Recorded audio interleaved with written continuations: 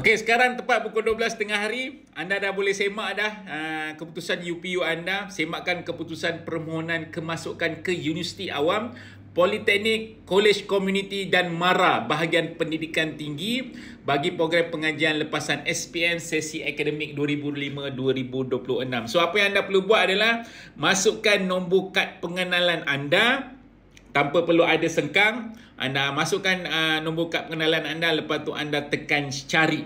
Dan mungkin insyaAllah sekiranya anda dapat tawaran daripada mana-mana program dekat UPU, saya nak ucapkan tahniah kepada anda yang dapat tawaran untuk program-program di UPU. Dan kepada yang mereka yang tak dapat apa-apa tawaran, saya nak minta anda jangan bersedih, tolong buat rayuan. Buat rayuan untuk anda mohon program-program yang anda rasa mungkin sesuai dengan program ataupun keputusan SPM anda. Sekurang-kurangnya anda buat rayuan. Dan sekarang ni dah boleh tengoklah platform-platform lain, institusi-institusi lain untuk anda sambung belajar. Jangan stop dengan UPU.